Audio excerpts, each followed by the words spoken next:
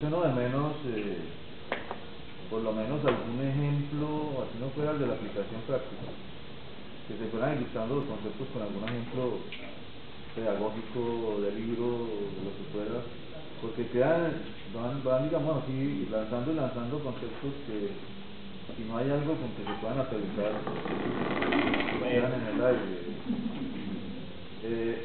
Lo otro es, se queda uno pensando al final, bueno, ¿cuál es la aplicación práctica de esto? Esto está en Profile, en qué se ha usado, en qué se ha pensado utilizar, para qué sirve, qué tipo de investigación era la que ustedes pretendían, hasta dónde llegaron en eso que pretendían. En cuanto a la primera pregunta, pues por cuestiones de tiempo no hicimos el ejemplo desarrollado. Dentro del proyecto está el ejemplo paso por paso, hecho y explicado, o sea, cada una de las etapas que debe cumplir y cada uno de los elementos que se deben identificar.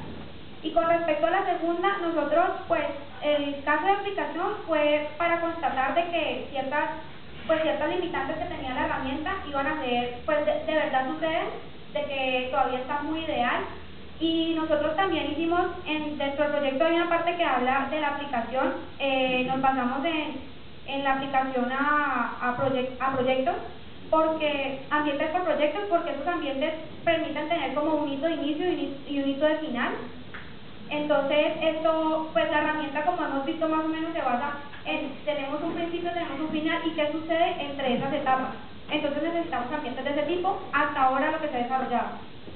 Además, pues, dentro de los primeros objetivos en el que hablan de la apropiación de la herramienta, lo que habíamos propuesto era que era necesario, para poder llegar a realizar críticas de la herramienta, teníamos que encontrar la forma de adaptar la construcción del Cosine Profile a nosotros. Entonces, pues, tuvimos que primero proponer un ejemplo para ver paso por paso qué se tenía que hacer para llevar a cabo el Cosine Profile, y pues identificando allí las actividades. Lo que pasa es que pues aquí Pero no últimas, ¿para qué sirve el Cosine Profile? ¿Para tomar qué tipo de decisión?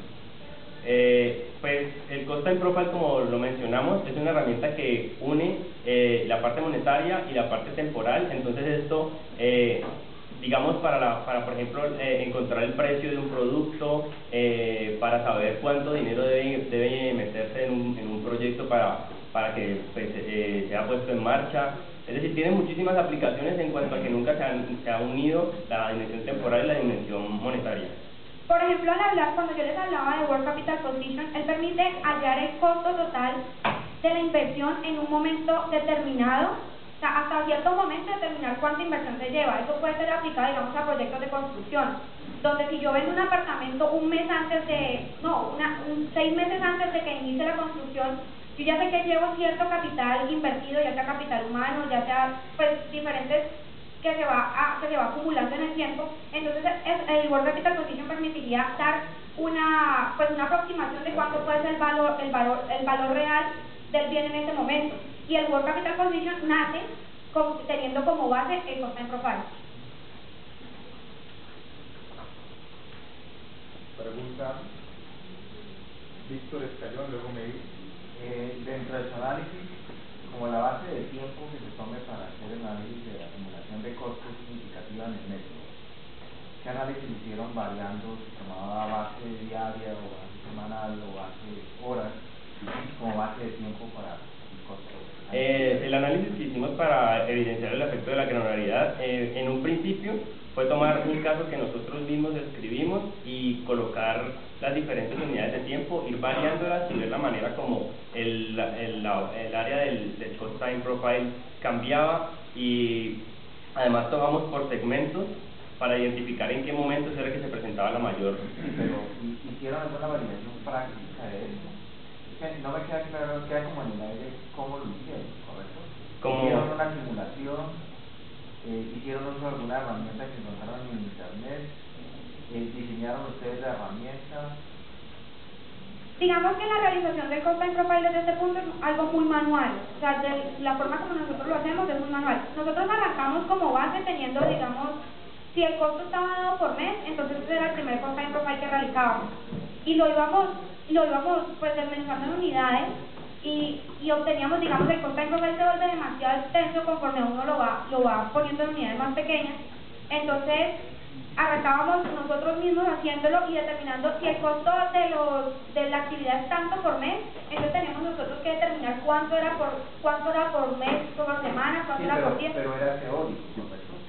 Lo que pasa es que para realizar esta actividad, la verdad nosotros no contábamos con una herramienta que dijéramos ya está... O una prueba piloto así, porque eso yo lo puedo hacer en Excel fácil, ¿correcto? Porque es ir acumulando el costo con una base de tiempo. La pregunta es, como ustedes están activando y efectivamente creo que así es, la base de tiempo que yo tome afecta el análisis de costos time profile, ¿está claro? Pero hicieron alguna validación con una prueba piloto, con una empresa que les facilitará datos o algo para validar la forma en que se afecta el cambiar de base de tiempo.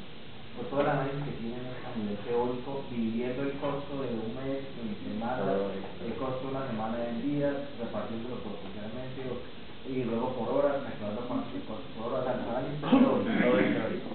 No, perfecto. Y la segunda pregunta es, ¿qué elementos considerados para acumular dentro del costo? Creo que les entendí que he considerado la parte de espera, la parte de la actividad como tal y la parte material, según hemos entendido.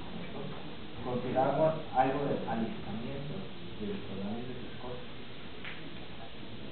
Pues es que, por ejemplo, en el caso de la empresa, no los tuvimos en cuenta los alistamientos, por lo que habíamos dicho de que la empresa no los concibe como tal y por eso no tenían un costo que nos pudieran decir, no, el costo del alistamiento es tal, porque ellos asumían, o sea, por falta de información y de registro dentro de la empresa, ellos asumían que se acaba el turno, los operarios empiezan a arreglar la herramienta si es necesario, si ellos saben la producción del siguiente día, entonces empiezan a arreglar las herramientas y deben quedar listas para el turno del siguiente día.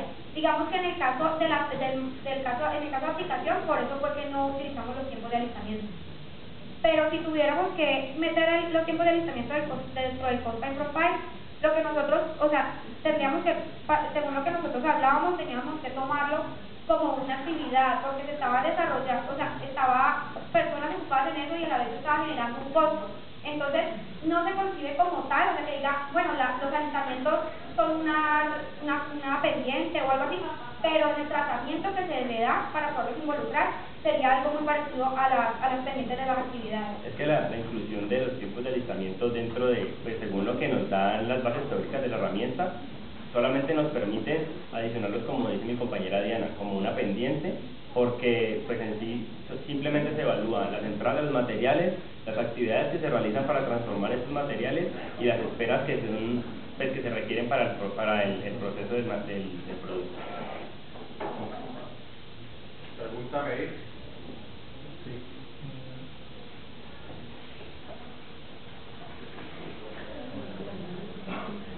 ¿Para qué sirve? Ya lo respondieron, aunque todavía yo no le veo toda la claridad para qué sirve, ¿no es cierto? Pero sí tengo una observación que hacer con respecto a la experiencia que tengo sobre esto.